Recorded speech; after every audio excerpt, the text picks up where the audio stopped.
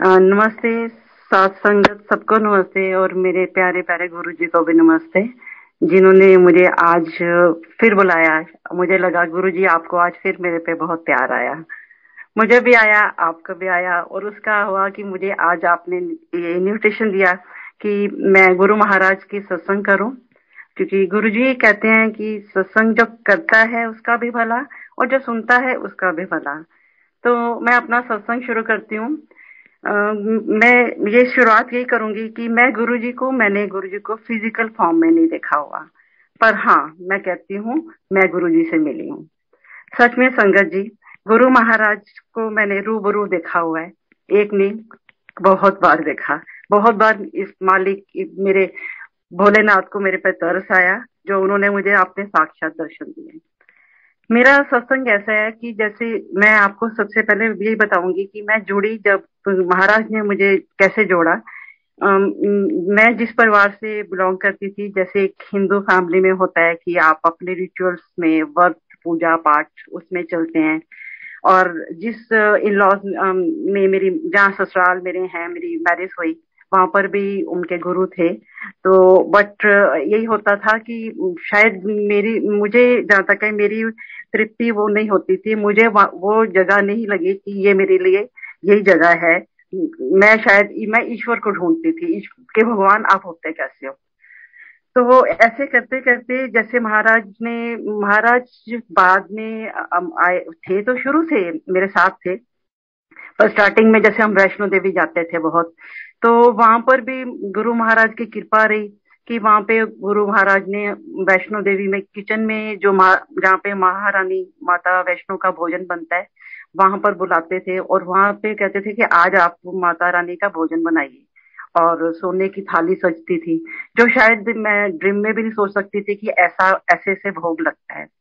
ऐसे करते करते पहले तो माता रानी के, फिर हम शिरडी बाबा के, ऐसे गुरुजी ने जैसे एक स्टेप बाय स्टेप आगे कर रहे थे, जो मैं सोचती थी कि हाँ नहीं, ये मैं कर रही हूँ। तब तक मेरे में आई, मुझे लगता है मैं थी कि मैं सोचती थी मैं वैष्णो देवी जाती हूँ, मैं शिरडी जाती हूँ, और क्योंकि मैं चाहती हूँ तब ये होता है। तो ऐसे अब जब हम शिरडी बाबा के जब एक बार गए, और वहां से रास्ते में मैंने ऐसे ही बोला कि बाबा आप ना बहुत दूर हो, और अगर मैं अकेले आना भी चाहती हूँ ना तो मैं नहीं आ सकती।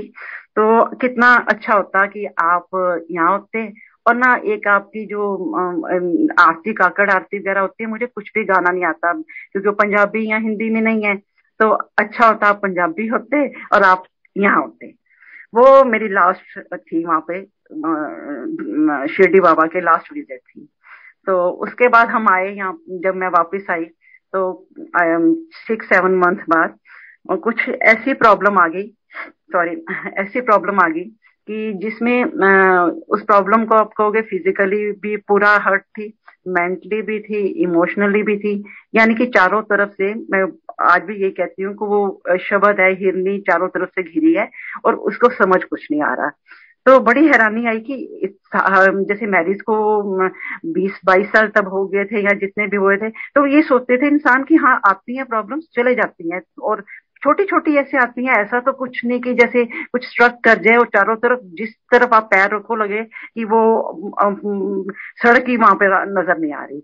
तो उस चक्कर में हम लोग काफी पंडितों के पास, नेचुरल था उस टाइम हम उनको ही मानते थे, पंडितों के पास गए।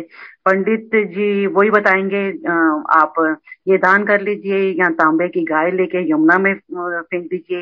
ये करते कराते एक दिन एक ज्वेलरी शॉप है नॉर्थ दिल्ली में, वहां पे हम गए।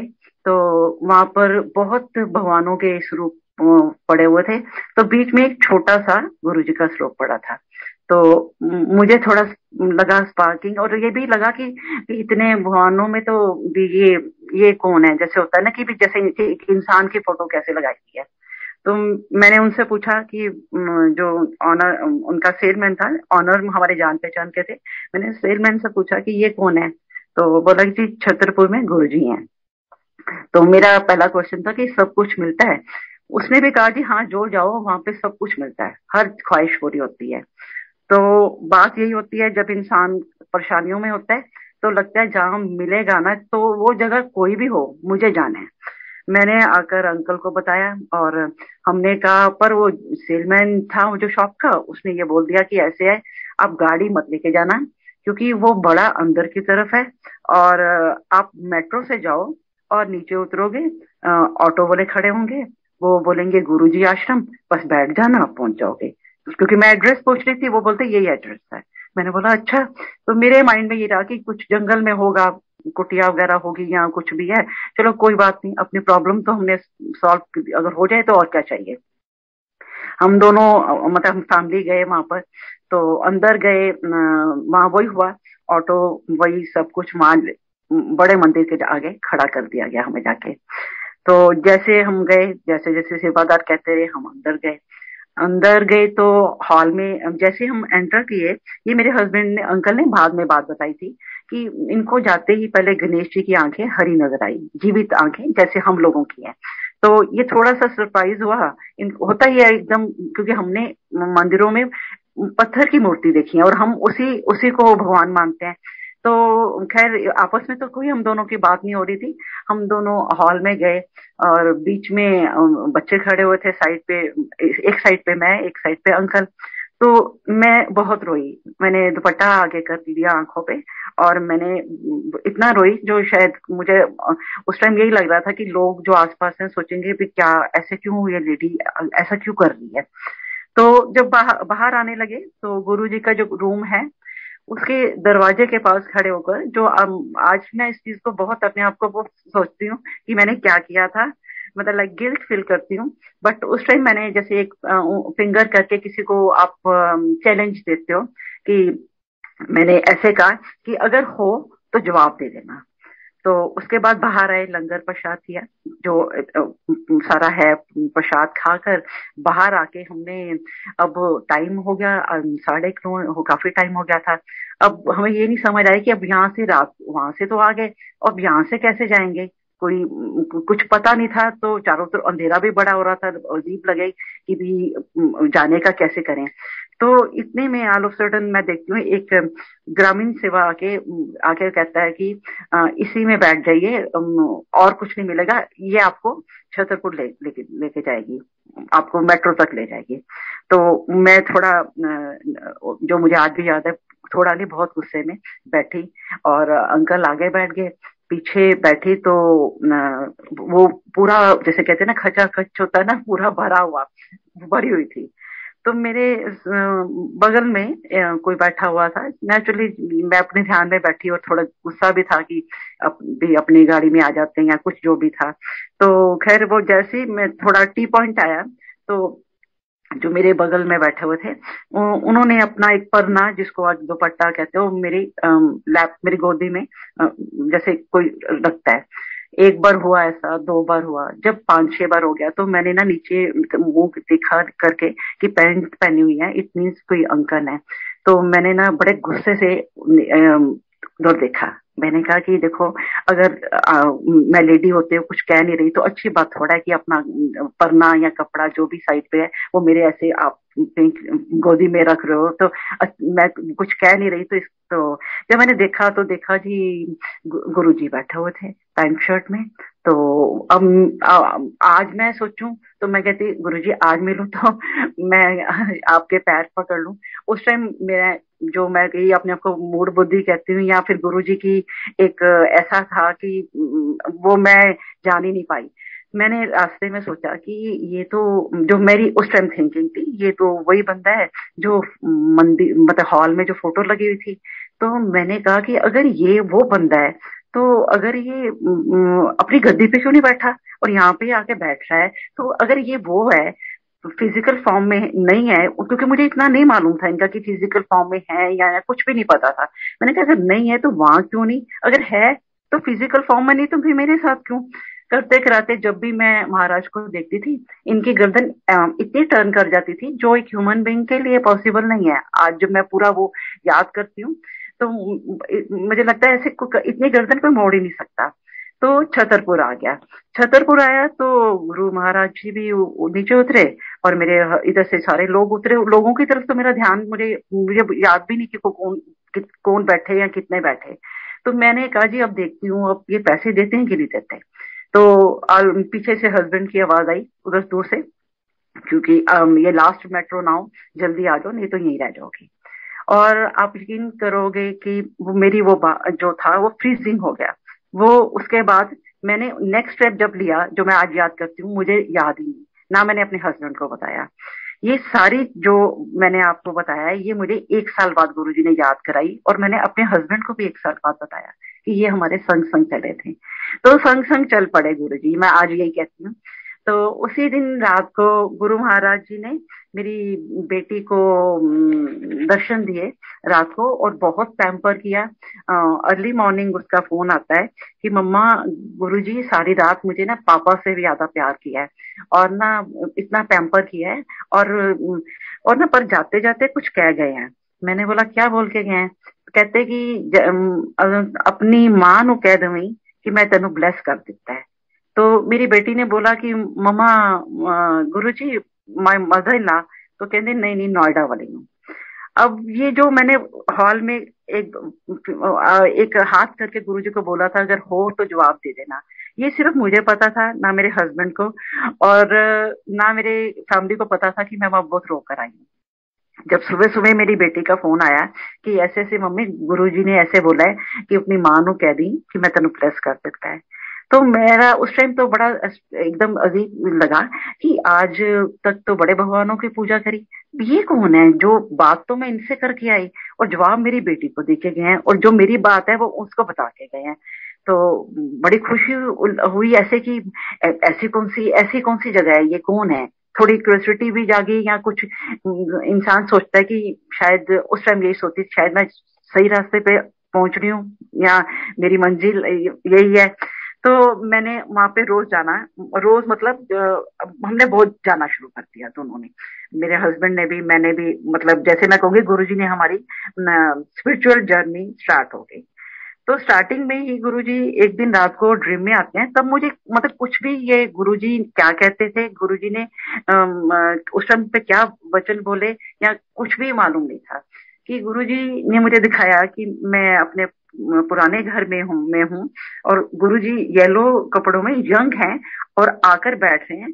और आके दूर से मैं देखती हूँ, अपने ड्राइंग रूम के डोर की तरफ से आती हूँ, तो गुरुजी के पास बैठती हूँ। तो गुरुजी मुझे कहते हैं गुरुजी। तो मैं कहती हूँ गुरुजी, हाँ मैं आपको जानती हूँ, पहचानती हूँ, बहुत प्यार करती हूँ आपसे। और फिर गुरुजी ने उसी ड्रीम में मुझे नींबू की तरह बनाया, और खुद भी नींबू, लाइक बिल्कुल नींबू की एक योगा का आसन कह लीजिए, जिसमें मैं एक लेमन की, जो मुझे रियलाइज करवाया गया कि लेमन की तरह तुम बन रही हो। तो ये ड्रीम दिखाया गुरुजी ने, और दिखाया कि गुरुजी की शरीर बॉडी में जान नहीं है। और दो आंटियां उनके साथ, आज तक गुरुजी जब भी आते हैं मैं उन्हीं दो आंटियों के साथ देखती हूँ। और गुरुजी की बॉडी में फिर धीरे धीरे पिंकिश कलर आ गया, और मैं बहुत रो रही हूँ कि आपको कुछ, आप कैसे ऐसे जा सकते हो। तो ये ड्रीम देखा, पर वो नींबू वाली बात मुझे पता नहीं थी कि गुरुजी कहते हैं कि मैं नींबू की तरह निचोड़ता हूँ। वो मुझे बाद में पता चली, जब वाकई में ही मेरा नींबू निचोड़ना 2018 से शुरू हो गया। तो वो पहले नहीं पता था, मुझे लगा कि ये नींबू क्यों बनाया, मुझे ऐसा क्यों किया, वो माइंड में थी भी नहीं ऐसी बात। तो ये महाराज ने फिर धीरे धीरे मेरे को ऐसा, मेरे गुरु महाराज ने मुझे ऐसे ऐसे लोगों से मिलवाया कि जैसे जो बहुत बड़ी disease, kidney problem and cancer, और वो लोग फिर दोबारा भी मिलते थे और बोलते थे हम ठीक हैं। तो ये अब समझ आता था कि ये ऐसा कैसी जगह है जहाँ पे इतनी बड़ी बीमारियां और ठीक भी हो जाती हैं इतनी जल्दी। तो मैंने जाना शुरू कर दिया, महाराज ने जोड़ना शुरू कर दिया। वहां जाते जाते जैसे दिल करता था सेवा करते हैं, तो सेवा करने के दिन एक दिन क्या हुआ कि वहां पे पास बन रहे थे। मुझे ये भी नहीं पता था कि यहाँ पास बनते हैं या ऐसा कुछ भी होता है, क्योंकि जब अभी गुरु जी तो मुझे जानते हैं, पर मैं गुरु जी को ही नहीं जान पाई थी, तो मैं भी उसी लाइन में जाकर लग गई। तो वहां पे कोऑर्डिनेटर हैं, जो मतलब जहाँ पे हम लोग सेवा करते थे वो कोऑर्डिनेटर आए नहीं, दूसरे कोऑर्डिनेटर खड़े थे। तो एक मेरी एक आंटी वहां पे जो 5-6 साल से सेवा कर रही होंगी आई थिंक। तो वो आंटी को वो कोऑर्डिनेटर अंकल कहते हैं, आंटी ਤੁਹਾਡਾ पास नहीं बन सकता, तो उसने बोला अंकल मैं इतने सालों से सेवा कर रही हूँ, मेरा पास पहले नहीं बना। वो आपस में उनका कन्वर्सेशन चल रहा था, तो मैं भी बीच में जाके खड़ी होती हूँ। तो वो कोऑर्डिनेटर अंकल कहते हैं, एस आंटी दे बिहाफ पे मैं ਤੁਹਾਡਾ पास बना दांगा, क्योंकि ए बहुत पुरानी है। तो मुझे फिर समझ नहीं आई, मैं तो अभी आई हूँ। तो मेरी वो जो फ्रेंड आंटी है, वो थोड़ा सा आर्ग्यूमेंट करने लगी, कहती कमाल है, मैं इतने साल तो आई दियां और मैनू पास नहीं बना रहे, ए हले महीना 2 महीना नहीं होया, एरा पास बनाते लगे हैं। तो मैंने मजाक में उसको कहा, मैंने कहा आम खाना क्यों गुठलियों पे ध्यान दे रही है, क्यों सोच रही है ऐसा। वो अगर मेरे भी हाथ पे बना रहे हैं या किसी के, पर बनने दे। जबकि मुझे ना पास बनने का इसका कोई कुछ भी नहीं पता था कि ये गुरु जी की ब्लेसिंग्स हैं, या गुरु महाराज जी ने ये कहलवा दिया कि तू पुरानी है। ये भी मुझे मतलब सारी चीजें ऐसी हो रही थी जिसे अनजाने में ही सब कुछ महाराज मुझे दिखा रहे हैं। मंदिर जाना शुरू हो गए। मंदिर जाने से महाराज के बारे में धीरे धीरे समझाते गए। मैं कहूंगी हर जगह गुरु जी ने मुझे अपने प्रत्यक्ष दर्शन दिए।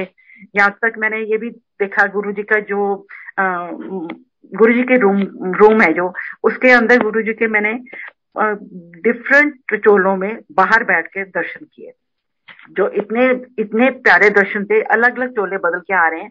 और मैं गुरुजी से पूछ भी रही थी कि गुरुजी आज संगत को आप संगत को अलग अलग दर्शन दे रहे हो, पर जब मैं बगल में बैठे और किसी को बोल रही थी, तो जो मेरे अंकल को नजर आ रहे थे, मुझे आ रहे थे, पर अगल बगल जो लोग बैठे थे वो कह रहे थे नहीं, ऐसा मतलब उनकी तरफ से रिस्पॉन्स नहीं था कि उनको नहीं नजर आ रहे। या जो भी महाराज की अब समझ आई कि गुरु जी जिसको जिस टाइम पे दर्शन देना चाहते हैं, जिस टाइम पे अपने फ्रेग्रेंस या जो भी ब्लेसिंग देना चाहते हैं, वो उसी को समझ आती हैं, पास में भी नहीं समझ आती हैं।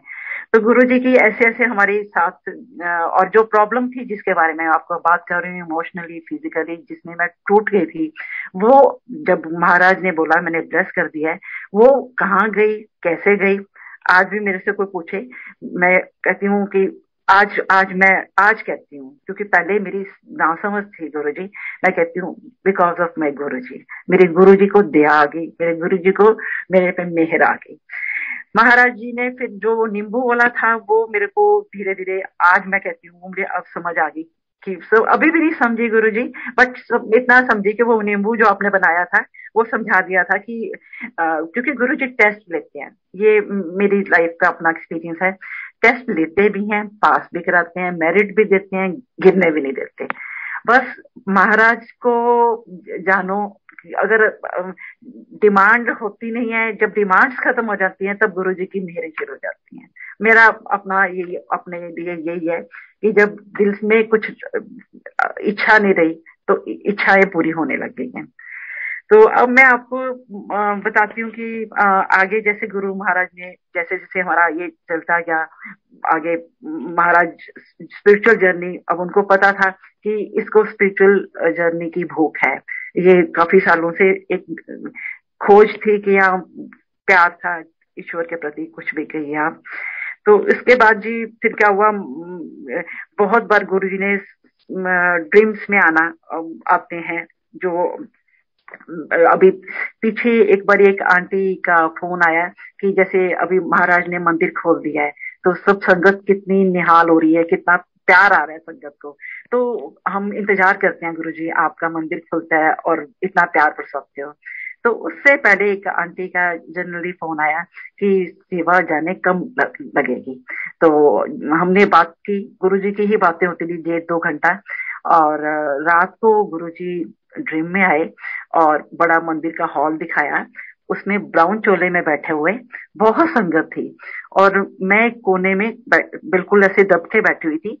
तो मैंने देखा गुरुजी मुझे इशारे से कह रहे हैं आजा, फिर पास आजा।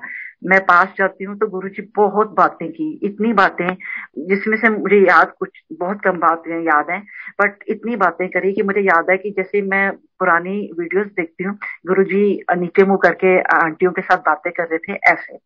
तो फिर ऑल ऑफ सडन गुरुजी उठते हैं और मेरी कमर में हाथ डालते हैं और संगत के बीच में से मुझे लेके जाते हैं और मुझे लेके जाते हैं और दूर से मुझे ऐसे फील होता है जैसे मैं प्रिंसेस हूँ, जो मैं अपने आप बता रही हूँ कि मैं शर्माती भी हूँ और प्रिंसेस फील करती हूँ।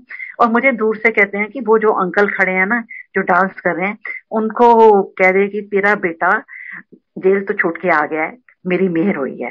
तो ये दिखाते हैं, मालिक मालिक की जाने वो किसको ब्लेस कर रहे थे।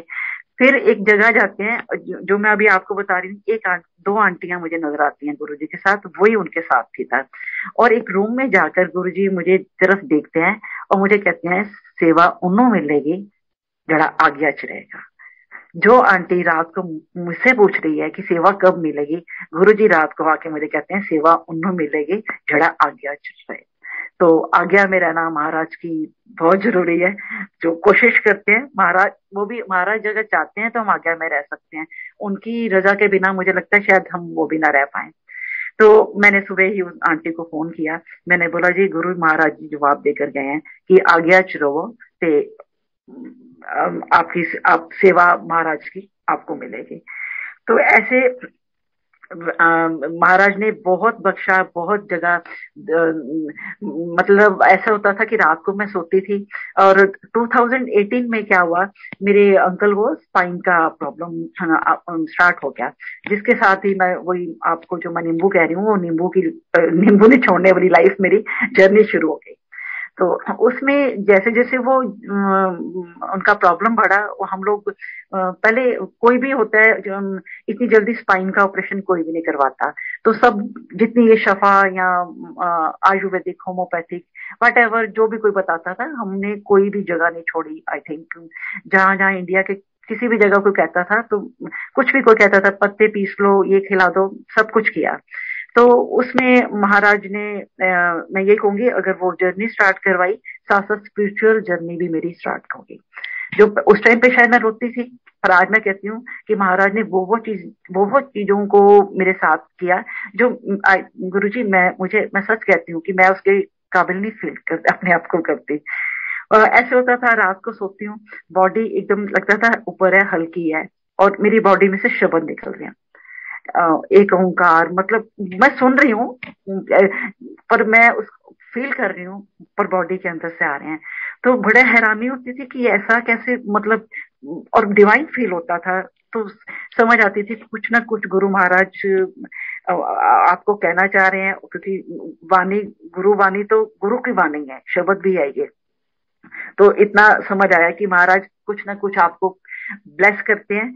और पर वही मैं कहूंगी, कि हम लोग फिर वही किंतु परंतु में जुड़ जाते हैं कि अच्छा कैसे हो सकता है, मेरी बॉडी में से कैसे ये निकलता है।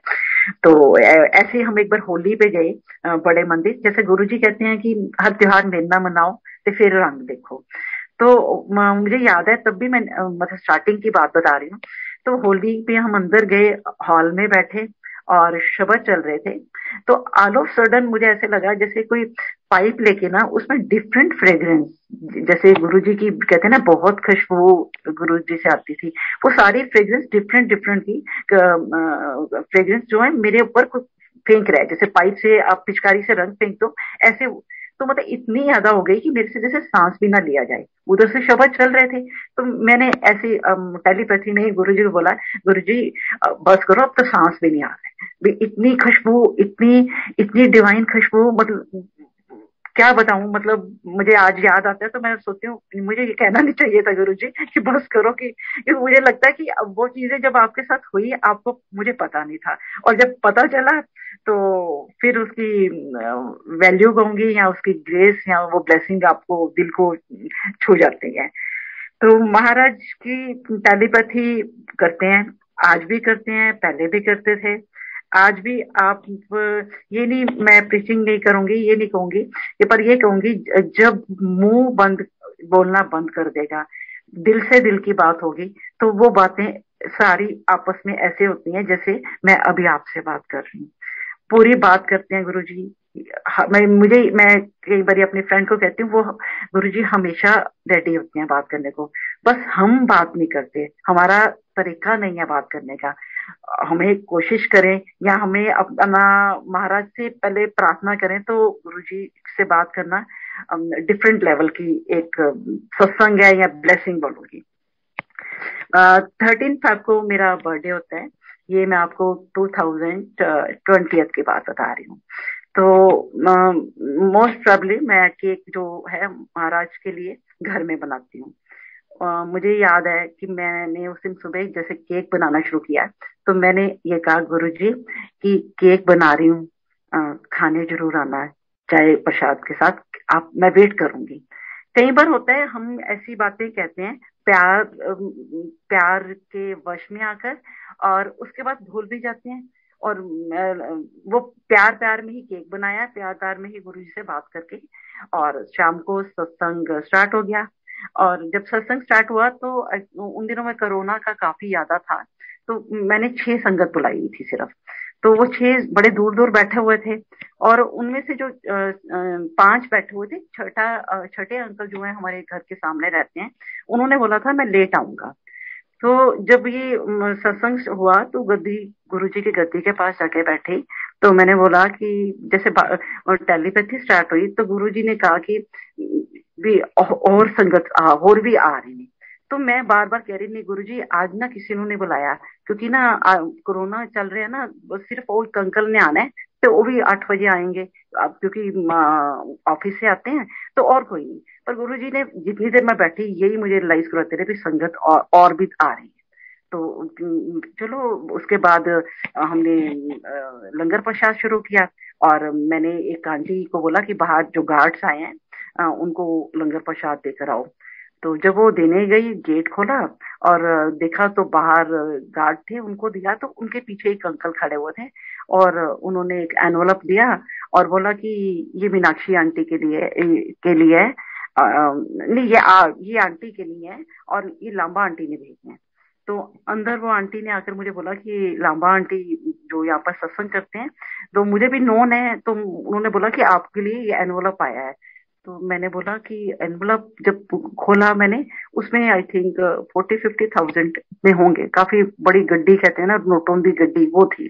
तो मेरे को थोड़ा सरप्राइज हुआ। मैंने बोला कि मेरा तो किसी के साथ ऐसा लिंक नहीं है, क्योंकि सत्संग हुआ बस, ठीक है, तो ये वाला। तो मैंने बोला, उस आंटी को बोला, उस आंटी ने उस टाइम जो बोला, मुझे अंदर से कहते, और मेरे को ये लग रहा था कि आप मीनाक्षी आंटी ने भी लगता है सत्संग में किट्टीज डालनी शुरू कर दी हैं। तो वो अपना उन्होंने बाद में मुझे बताया। तो मैं बाहर गेट पे गई तो एक अंकल खड़े हुए थे, मैंने बोला हाँ जी। तो बोले कि आपके लिए है ये। तो मैंने बोला जी, मैं तो किसी ऐसे, मैं बोल ही रही हूँ लांबा आंटी को, और मेरा मतलब था कि मेरा ऐसा लिंक नहीं है कि। तो वो कहते अच्छा अच्छा जी, मैं अपने मालिक ने बुलाऊंगा। तो मैंने बोला मेरा हाउस नंबर 137 है, मेरे नेबर्स 138 हैं। तो उसके आगे मैंने थोड़ा सा गेट से देखा कि एक आलिशान गाड़ी खड़ी हुई थी, ब्लैक कलर की, बहुत बड़ी गाड़ी, जिसको मैं नहीं पहचान पाई कौन सी गाड़ी होगी। तो मैं अभी जस्ट देखा है, तो देखा एक सरदार जी मेरे सामने आके खड़े हो गए, very tall, around 60s, and very handsome, और बड़ी स्पिरिचुअल सा लग रहे थे। तो मैंने उनको बोला जी हाँ जी सत श्री अकाल जी। कहते हाँ जी, कहते हैं ਤੁਹਾਡੇ वास्ते। मैंने बोला जी मैं तो किसी को नहीं ऐसे जानती जो मुझे ऐसे, मतलब मेरा मुंह में ही बात थी। कहते अच्छा जी। तो मेरे उस टाइम गुरु जी की लीला, मैं यही कहती हूँ, गुरु जी ने जो कहलवाना होता है वो होता है। तो मेरे मुंह से निकला, आओ जी आओ, अंदर आओ, वाहेगुरु दा लंगर छको। वो अंकल ने बोला अच्छा नहीं, फिर शूज उतारे। जब शूज उतारे तो मेरा जो एक, मैं उस टाइम स्ट्रक कर गई उसी शूज के ऊपर, और वो अंकल बड़े आराम से अंदर आ गए।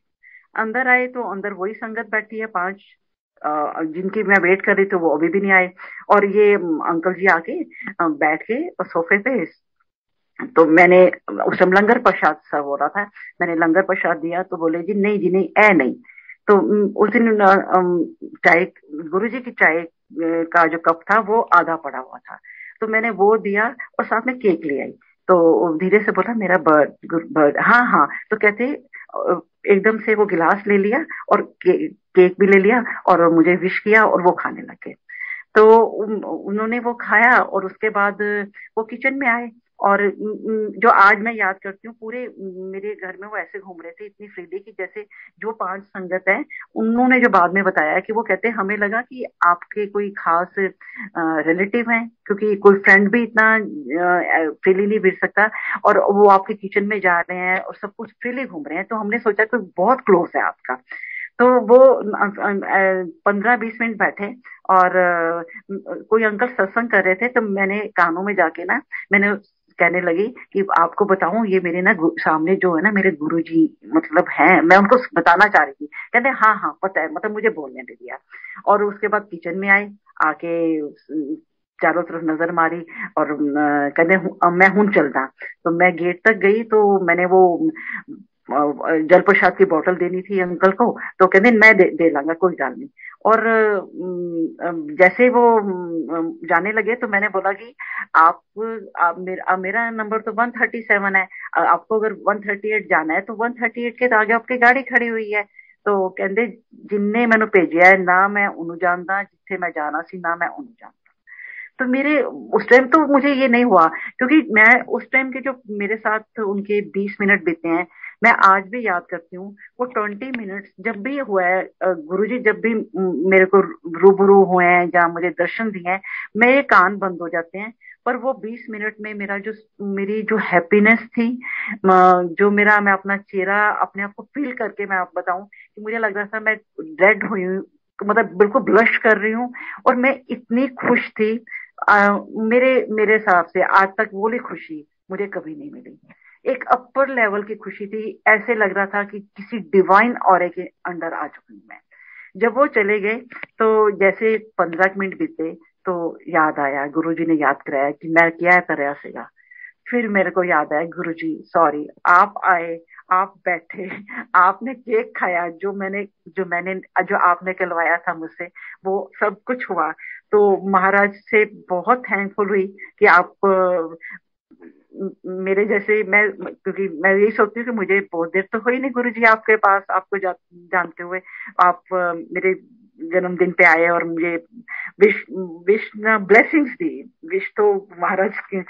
तो वही इस बार भी हुआ 13 फेब को। इस बार महाराज ने जो मेरे मन में एक छोटी सी इच्छा कहूँ, ये कुछ भी बैलून्स चाहिए या जो आ जाता है मन में, तो मैं आज भी हैरान होती हूँ, अभी मार्च ही आया है, कि कैसे गुरुजी ने इतने बैलून्स भेजे। मतलब गुरु जी के सामने ऐसे है कि जब हमारी इच्छाएं खत्म होने पे आती हैं, तो गुरु जी के रंग, मैं कहती हूँ, डिवाइन हो जाते हैं। जब मुंह से हम अपनी इच्छाओं पे या दिल पे कंट्रोल हो जाता है, या वो कंट्रोल कराते हैं, तो महाराज की ब्लेसिंग्स परम्पार हो जाती हैं। तो महाराज ने ऐसे करते कराते, मैं यही कहूंगी, ये गुरु जी की एक मेहर है। मेरे अंकल का फिर ये सारा चलता रहा, जो प्रॉब्लम थी साथ चलती रही, और हमें समझ नहीं आ रही थी ऑपरेशन करवाएं या क्या करवाएं, या इन्हीं चीजों में तो नहीं कहीं फंस जाएंगे, क्योंकि उस टाइम मैं कर रही थी कि मैं वहां पे शफा के लिए जाती हूँ, मैं इनको इधर लेके जाती हूँ।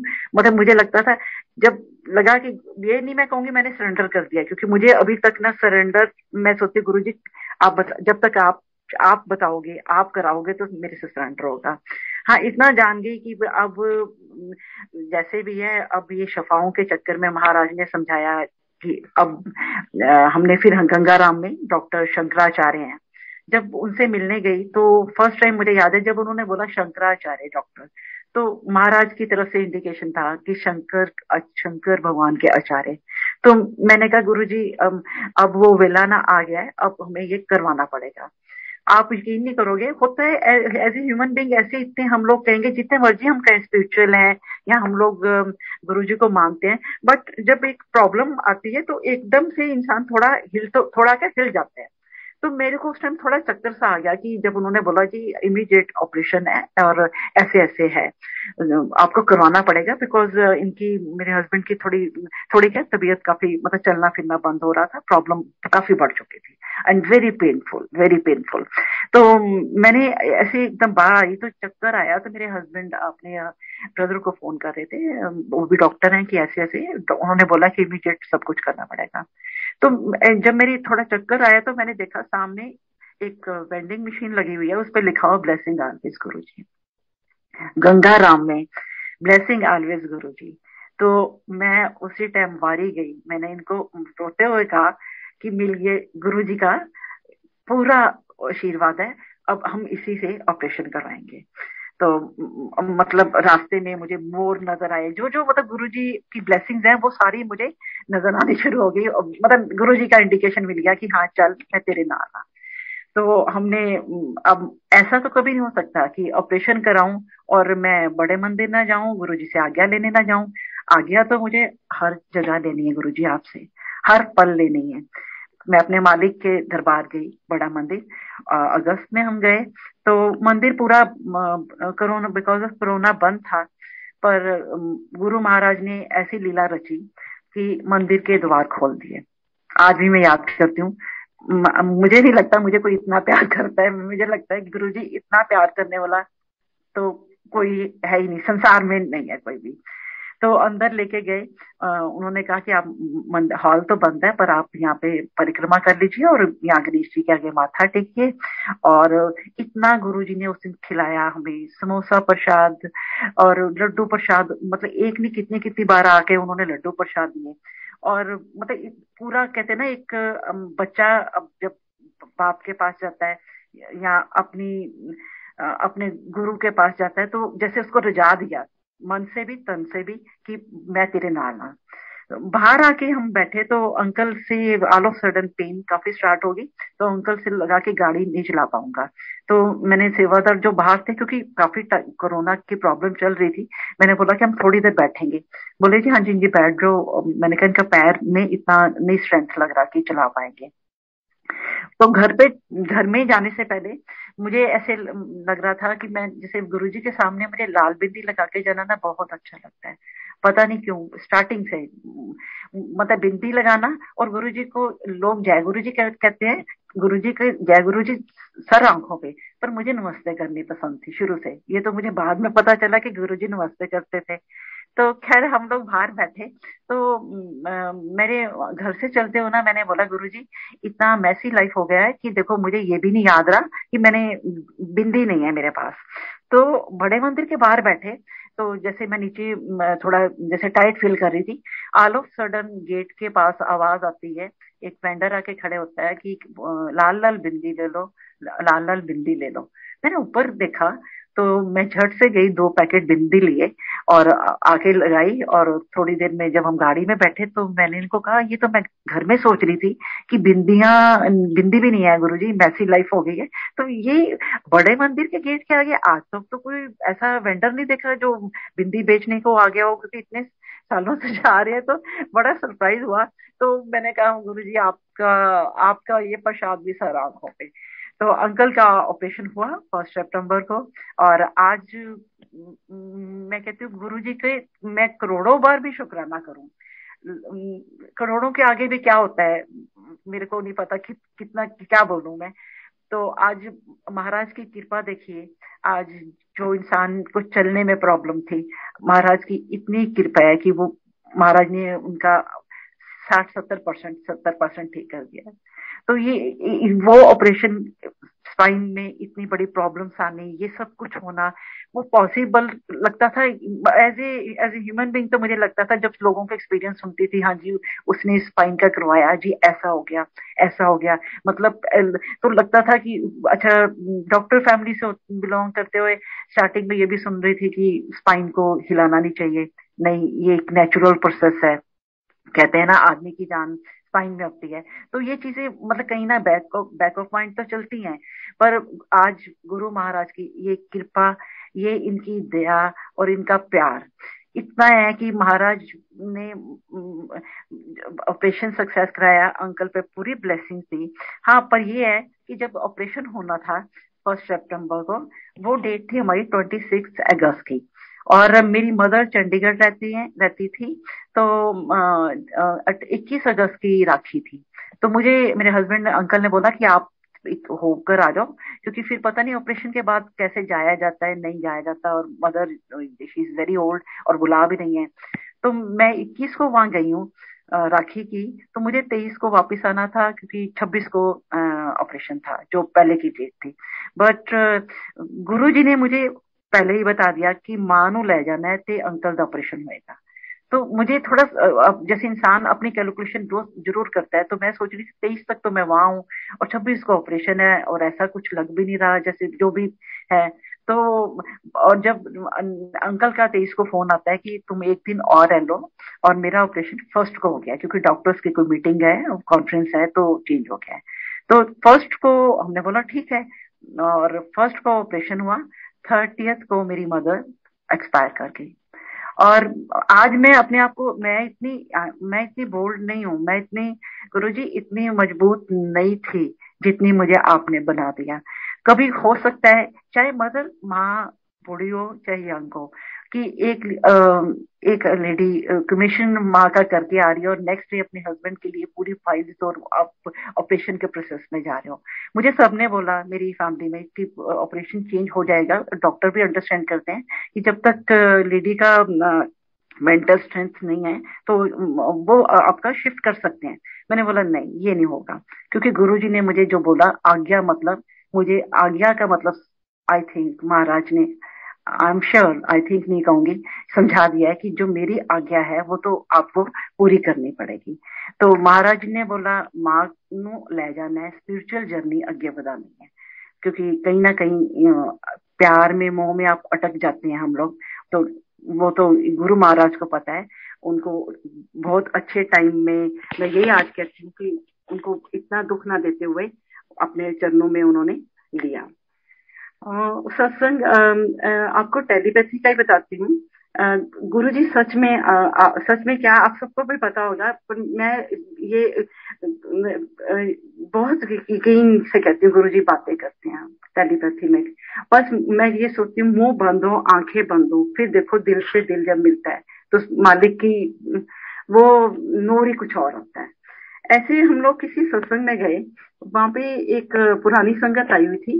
वो गुरुजी की उन्होंने शब्द सत्संग स्टार्ट हुआ, और जैसे उन्होंने बोला 1.5 घंटे का करना है, तो हमने सोचा चलो 1.5 घंटे में ये सत्संग करें, फिर वो शब्द चलेंगे, उसके बाद वो अंकल सत्संग करेंगे। उन्होंने नेचुरली, उनके पास तो खजाना होता है, पुरानी संगत के पास तो उन्होंने पल पल महाराज के साथ बिताए हैं, उनका तो हर क्षण सत्संग सत्संग है। तो जैसे वो खत्म हुआ तो वो अंकल जी ने माइक लिया तो उसके बाद वो, सॉरी टू से गुरुजी, उन्होंने प्रीचिंग करनी शुरू कर दी। 5 मिनट, 10 मिनट, काफी देर चलता रहा। तो जिनके घर में था सत्संग, उन्होंने धीरे से आके बोला कि अंकल प्लीज आपके पास खजाना है, आप ना सत्संग कीजिए। अच्छा, वो अंकल जो है वो फिर भी वही करते रहे। तो मैंने मन में सोचा कि मैं इनको भी कहूँ जाके कि हाँ आप सत्संग करो। तो मैंने ना वही टेलीपैथी गुरुजी से हुई।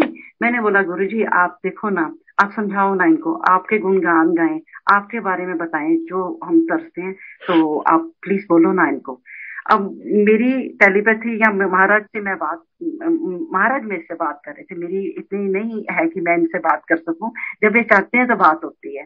तो मैं जी क्या देखती हूँ, मैं तीसरी चौथी लाइन में बैठी हूँ, और ऑल ऑफ सडन वो अंकल मेरे मुंह के आगे माइक लगा के कहते हैं हाँ आंटी फिर दोस्तों तुसी की कहते हो।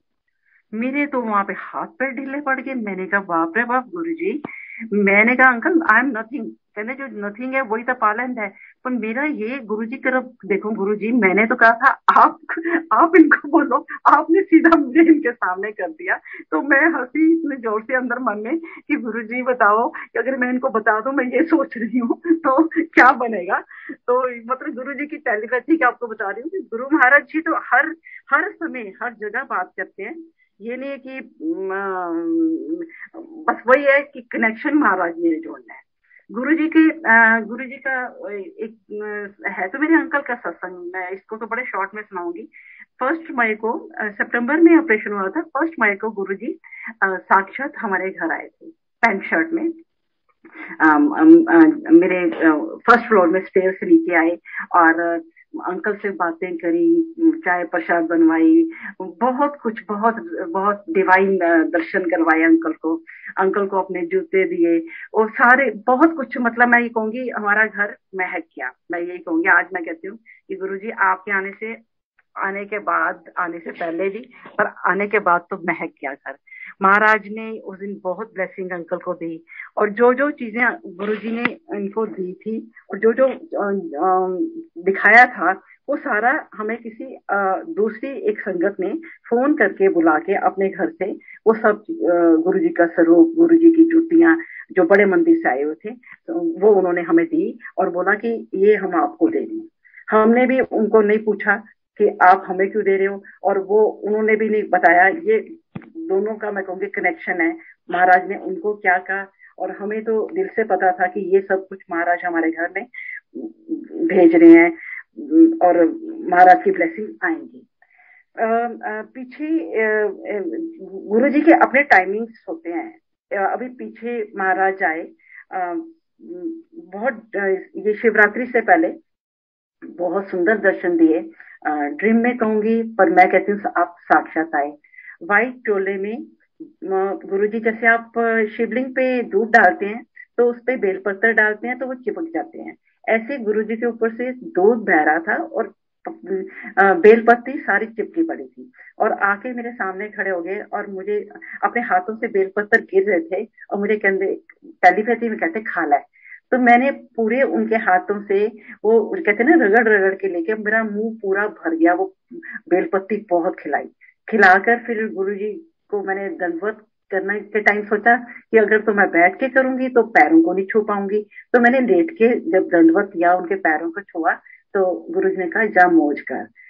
तो वो मुझे गुरुजी ने देनी पहले भी दे रहे थे, ये बात नहीं है कि जब दुख आता है मुझे ये लगता है दुख, ये दुख नहीं होते, ये मैं अपना पॉइंट पर्सनल देख रही हूँ, ये हमारे में सुधार या हमारी स्पिरिचुअल जर्नी को ऊंचाई तक ले जाने के लिए महाराज हमें ये दिखाते हैं कि ये ऐसा भी होता है और तुम्हें ऐसा करना है, तुम्हें निर्मल रहना है, तुम्हें अंदर से मन से सच्चा रहना है। अगर हम किसी का बुरा नहीं करेंगे तो महाराज को तो सब पता है। तो गुरुजी पीछे एक ड्रीम में आए और कहकर गए कि वक्त आने पे, समय आने पे सब कुछ मिलेगा। तो ये इस क्लियर समझा के जाते हैं कि आप मेरी सोच, मैं सोचूंगी कि मुझे आज ये मिले या ये मेरे लिए अभी होना चाहिए, पर वो महाराज ने अब ऐसा बना दिया है कि लगता है कि गुरुजी हैं, मेरे मालिक मेरे साथ हैं, और शिवजी महाराज अंग संग हो तो इच्छाओं पे तो कंट्रोल आना शुरू हो जाता है। तो गुरुजी महाराज ने अब शिवरात्रि का आपको मैं सुनाती हूँ। शिवरात्रि पे मुझे ऐसे लग रहा था जैसे हम लोग पुराने टाइम, जब हम पंडित लोगों को मानते थे तो हम लोग रात को पूजा करते थे, पहले पहर की फिर दूसरे पहर की, ऐसे होता था। जो मैं हमारी फैमिली में होता था कि पहले 10 बजे एंड देन 12 बजे, फिर 1:30-2 बजे, फिर सुबह 4 बजे, मतलब सारी रात हमें जगना है। तो मैंने इस बार शिवरात्रि पे गुरुजी को कहा कि गुरुजी कितना अच्छा हो ये शिवरात्रि आपके संग ऐसे बीते। तो कोई प्लान नहीं था मेरा मंदिर जाने का, और मुझे भी पता था मंदिर 9 बजे बंद हो जाना है, और सच में बंद हो जाता है, ये भी मुझे मालूम है। पर आज मैं यही कहूंगी, मंदिर कैसे बंद था, पर 12 बजे गुरुजी के पास मैं सामने थी, उनके रूबरू। तो महाराज ने उस दिन इतने डिवाइन दर्शन दिए। मैंने कोई सेवा नहीं की थी, तो मैंने गुरुजी को बोला गुरुजी सब सेवादार हैं, और मैं बीच में एक जिसने पत्ता भी नहीं हिलाया। तो फिर याद आया कि मैं गुरुजी से सुबह से तो कह रही हूँ गुरुजी, ये आप तो शिव हो ना, महाशिव हो, तो ये जो 4 पूजा होती है कितना अच्छा हो कि अगर मैं आपके संग करूं, आपके सामने करूं। वो गुरु महाराज ने वहां पे अपने डिवाइन दर्शन देके, वहां पे शिवरात्रि की जो मन में इच्छा थी पर मुंह पे नहीं थी, पर महाराज ने वो सब मेरी पूरी करी। तो मैं यही कहूंगी कि गुरुजी की आज्ञा में ही रहें, शब्द चलाएं और महाराज को ही ध्याएं। कोई नहीं है ना आगे इनके ना पीछे, ना मंदिर जाने की इच्छा है ना गुरुद्वारे जाने, कहीं जाने की इच्छा नहीं रही। एक बड़ा मंदिर, हमारा बड़ा मंदिर जो गुरु महाराज ने बनाया है, और जिसको इतना अच्छे तरीके से सब सेवादार शुक्रगुजार हैं, इतना अच्छे तरीके से जो चला रहे हैं, गुरु महाराज की भी ये भी बख्शीश है। तो मैं शुक्राना करती हूँ आप सबका, और अपने गुरु जी का बहुत बहुत शुक्राना। Thank you Guru ji, thank you संगत जी, जय गुरु जी।